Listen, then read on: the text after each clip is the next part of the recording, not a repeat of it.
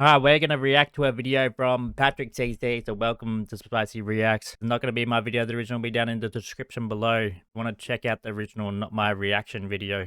And it's called Why Everyone Hates JoJo Siwa. One of the biggest Let's react to challenges it. of the child star curse is transitioning from their youthful identity to adulthood while still appealing to and respecting their young fan base. JoJo Siwa has recently faced major backlash for her attempted switch from a bright-eyed, smiley, and colorful tween role model to a rebellious, edgy, and provocative pop star. But the animosity towards JoJo is understandable, because this transition is obviously disingenuous. Today, I am going to break down exactly why JoJo Siwa's transition is failing miserably and prove that even she doesn't believe in her new bad girl persona.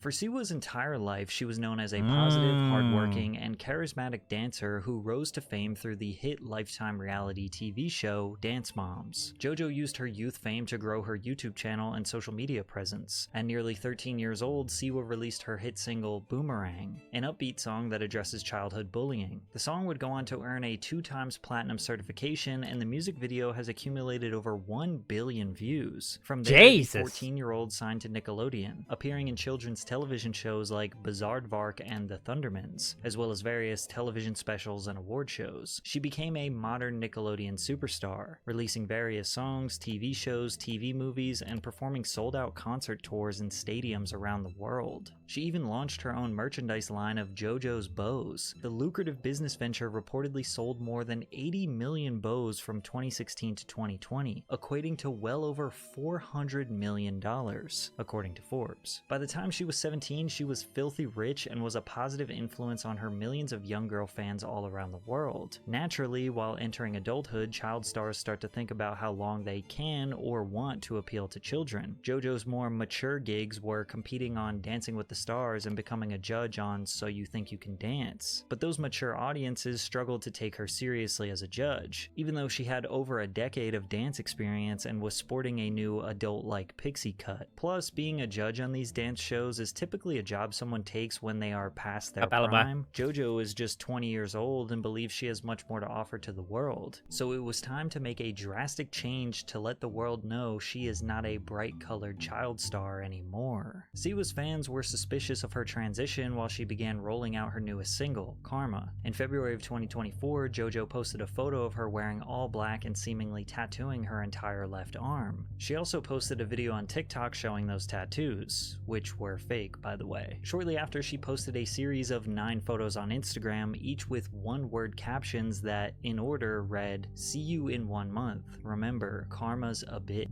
Considering that everything she had ever posted on Instagram was a 4K quality photo of her smiling and wearing bright colors, the grainy, dim-lit photos with one curse word in the caption was actually a drastic change. I think JoJo is in her— She sold us all. That's all there is. That's all there is to it. She sold us all. She joined the Illuminati era. It looks so illegal to see JoJo putting It's a curse evil word on her captions. She's in her Miley Cyrus era. I'm torn. My daughter likes rainbows and bows, JoJo, but I'm invested in this. Now that I think of it, she's doing exactly what Miley Cyrus did. Get JoJo. I want to know what's happening. The following week, she posted this celebratory video with the caption, "My last week being a child star." But the official transition marks when she posted this warning video to TikTok. Warning, the following content is not made for children and may be disturbing or offensive to some viewers. May contain sexual themes, violence, strong language, dramatic scenarios, and flashing lights. Viewer discretion is advised. She would later explain the warning in a video that it was important to me to give that heads up and be like, look, if you follow along, that's all you. If you want to go, now's your time. This was JoJo's way of formally letting the parents of her young fans know that she is not the kid-friendly star anymore. A new era of life, we're becoming an adult!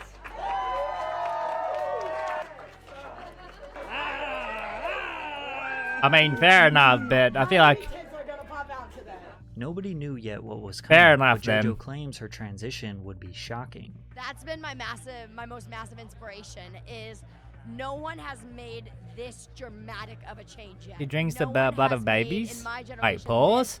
Extreme of a switch. And I am the first in the generation. It is very scary, but Someone's gotta do it. Now, I'm not really sure what counts as JoJo's generation, but she was making some huge claims here. What could this extreme switch be? When she finally teased the intro of her song, the comments absolutely eviscerated her. But before we Not dive this fucking deeper, dance, have man. you ever Googled your name and seen yourself on one of those strange sites that has too much information about you? Feels pretty weird. Nice, I'd really Alba. rather that kind of stuff wasn't available to anyone who's looking for Well, it. let's Data hear it. brokers are making tons of money selling our information to robocallers and spammers. That's why I'm excited to tell you about today's sponsor, Aura. Aura can find the data brokers that are sharing your information. These brokers I are haven't. legally required to remove your info if you ask them to. However, they make it very difficult to do so. That's not a where thing, Aura is it? comes in and submits opt-out requests for you. You can see how many data brokers are selling your information and have Aura start opting you out by trying for 2 weeks using my link, aura.com/patrickcc.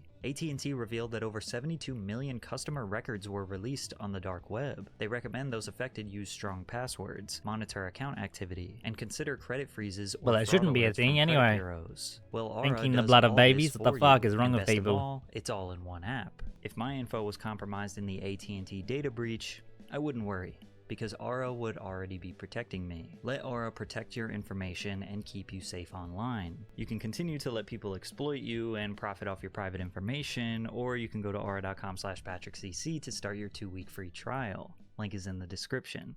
Thanks, Aura. When JoJo Might Siwa have to. finally previewed her highly anticipated song, people in the comments were ruthless. It sounds like Spotify ads. Is this literally Lab Rats music? It sounds like Fortnite default emote music.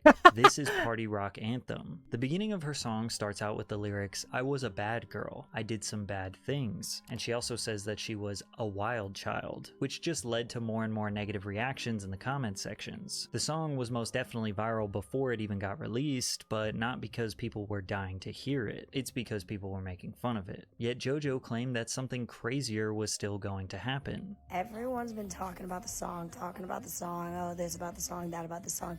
No one's even questioned the music video yet. I'm about to start sharing some things from the music video, and that's where shit gets real crazy. But then when she started sharing the music video snippets, I guess the craziness was supposed to be the sensual dancing, or maybe this Blades of Glory inspired outfit, or maybe the Kiss inspired makeup, or maybe that the setting is on the island above Bikini Bottom. Adults looking at JoJo's imagery ironically look at this like a kid who's trying so hard to be an adult that it just makes her look even more like an uncomfortable kid. Some of the most respected people in the world have come up to me and been like, what you're doing right now is so right. It is so right. It is what the world needs. Like, I am learning from what you're doing right now, and that's crazy to me. I mean, I heard that from Lil Nas X yesterday. Heard it from Megan Trainor a few days ago.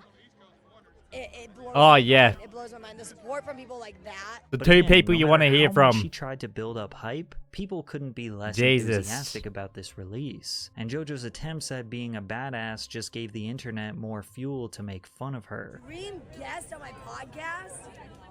Oh my gosh. I mean, honestly, let's spice things up. One of my exes. Oh?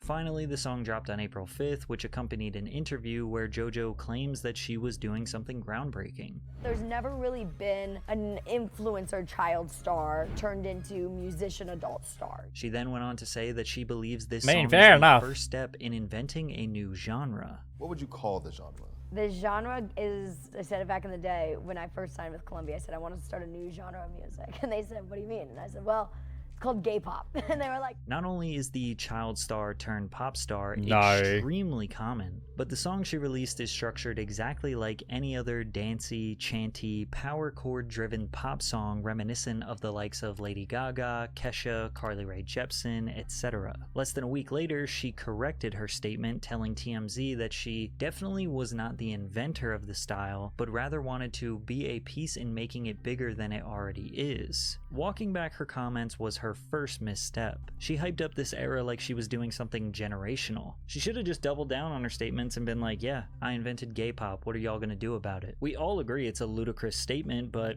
she already said it, so now you gotta stand on it. Don't be all like, oh no, this is what I actually meant.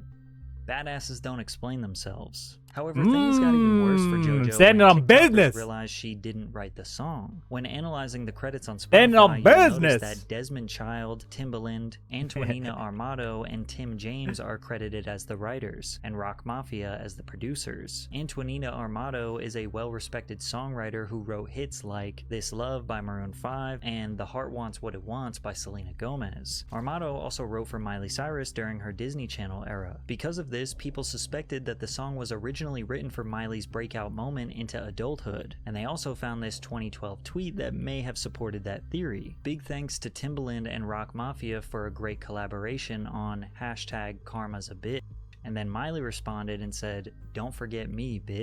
But Miley never released a song called Karma, and we don't even know if she ever recorded a demo for this song. We would later find out that Britt Smith, an artist basically nobody has ever pretty heard much of, was actually meant to release Karma back in 2012. Rock Mafia back in the day. It was supposed to be my first single. Things changed and I went with Provocative instead, and shouldn't have done that really. We should have gone with Karma. That was my first choice, but label things got in the way and I kind of was led in that direction, and we went with Provocative, and then I left the industry after that. Britt and JoJo's versions are almost exactly the same. The lyrics are word for word the same, and the structure of the song is nearly one-to-one, but Britt's version is so much more dynamic. It is less power pop driven and feels more like a classic 90s/early 2000s dance banger. Plus, Britt is a better vocal performer. But once this information came to light, TikTok exploded with viral videos claiming JoJo stole this song. The narrative shifted from JoJo is cringe to JoJo is cringe and a thief. The craziest part of this whole situation is that Britt Smith got approval to release her version of the song just 1 week after JoJo released hers. Fans liked Britt's version so much it nearly outstreamed JoJo's, securing 5 million streams and reaching number 6 on Spotify's Viral 50 charts. Britt Smith's version also peaked at number 8 on the US iTunes pop chart, surpassing Siwa's, which peaked at 89 and failed to reach the Billboard Hot 100. Britt Smith literally made a come up off people hating JoJo Siwa. JoJo previewed another unreleased song which was immediately labeled as stolen within hours of playing it for her fans.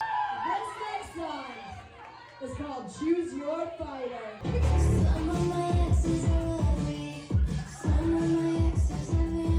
TikTok users immediately remembered a different artist called Emmeline who previewed the exact same song in 2022.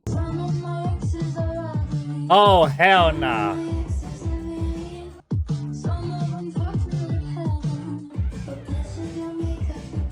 Emmeline responded to the leak with this comment: "I actually didn't sign off on it coming out with JoJo. Not her fault. If my version gets love, I can still put it out after hers." It's unclear what Emmeline meant by this, and she didn't end up explaining it further. But then Siwa finally responded to the comments of her allegedly stealing her songs. Background on Karma, honestly, it's an old song. I was pitched it. I loved it, was obsessed with it, so I grasped onto it. Why not that instead of a new song? No, that's a very normal thing. A lot of songs are Okay. What happens is people write songs and then they just don't do anything with them, and then a few years later it makes more sense for another artist. Did you steal it from Britt Smith? I did not steal anything. There's no such thing as stealing. No, I've seen the thing about the one Choose Your Fighter, one of my other songs. But no, that's the same situation. Somebody else did write it. I did not write That's the what people song. do, they copy. And then- I mean, everyone does it, right? They copy to an extent. They copy it and then they try to make it better and whatnot. It's kind of cringe.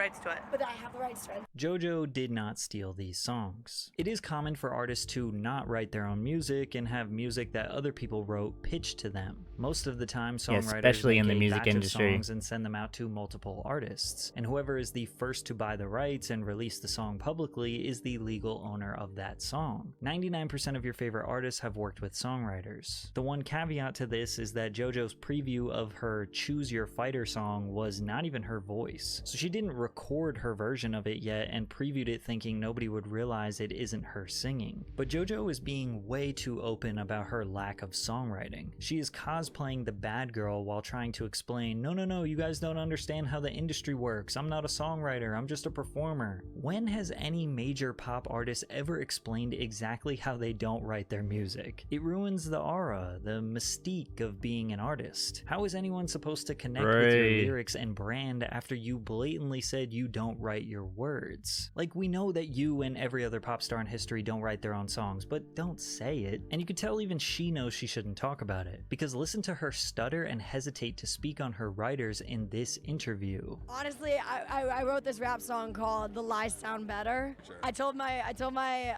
writer, I was like, look, faster than Busta Rhymes. I was like, challenge me. But the main reason why nobody is taking her seriously is because she is trying to push this bad girl era, but everything she does just proves that this persona is not genuine. Firstly, let's just get this out of the way. The Kiss-inspired makeup has to be the least authentic thing any rebellious person would ever do. Then again, it's perfectly fitting because Kiss was basically a glorified children's band. Their music was considered badass and rebellious if you were ages 8 to 13 in 1975, which are likely the ages of people that currently think JoJo Siwa is badass and serving rock star looks. JoJo expressed that her goal was for her bad girl moment to be reminiscent of Miley Cyrus's There you Bangers freaking moment. go. When I was 8 is when Miley There had a you Bangers go. moment, and I was like, all I want is to have that one day. Like, I want that. And honestly, since I was like 15, like my whole like inner circle has been like talking about it and like getting excited for it. JoJo even copies Miley's signature tongue out pose, which, if you can believe it, was controversial in 2013. And yeah, Miley is definitely a legend, but it's important for JoJo to recognize that Miley was actually bad. Like, Miley was smoking salvia out of bongs, twerking on Robin Thicke at the MTV VMAs, wearing basically no clothing for all her public appearances in 2013. She was taking extreme risks and got so much backlash. Miley was something when she was doing that shit. God damn. Her trashy, a stripper, pathetic, every horrible name to rebuke her antics. And Miley did not care to explain herself nor satisfy anyone. She just kept doing her thing because she felt so trapped behind the child star brand for years. Miley constantly detailed in interviews how she resented the Hannah Montana character. She hated wearing the wig. She hated doing the press. She felt like a fraud to her young fan base. Miley was trying to do whatever she could to escape the Disney image, even if it meant losing her young fans and the financial benefits that came with it. She even had a multi-million-dollar merchandising deal with Walmart in the works that she lost due to her antics, and she did not care. You could say in hindsight that what she was standing doing on was business, trashy, but it was at least authentic. It seems True. like JoJo is talking up this transition more than fully diving in. Yeah, this chick is trying too hard. She's literally trying way too hard. And you can understand that she wants to do this to get out of it, at what Miley wanted to get out of, but I don't know, man. Maybe there's a better way.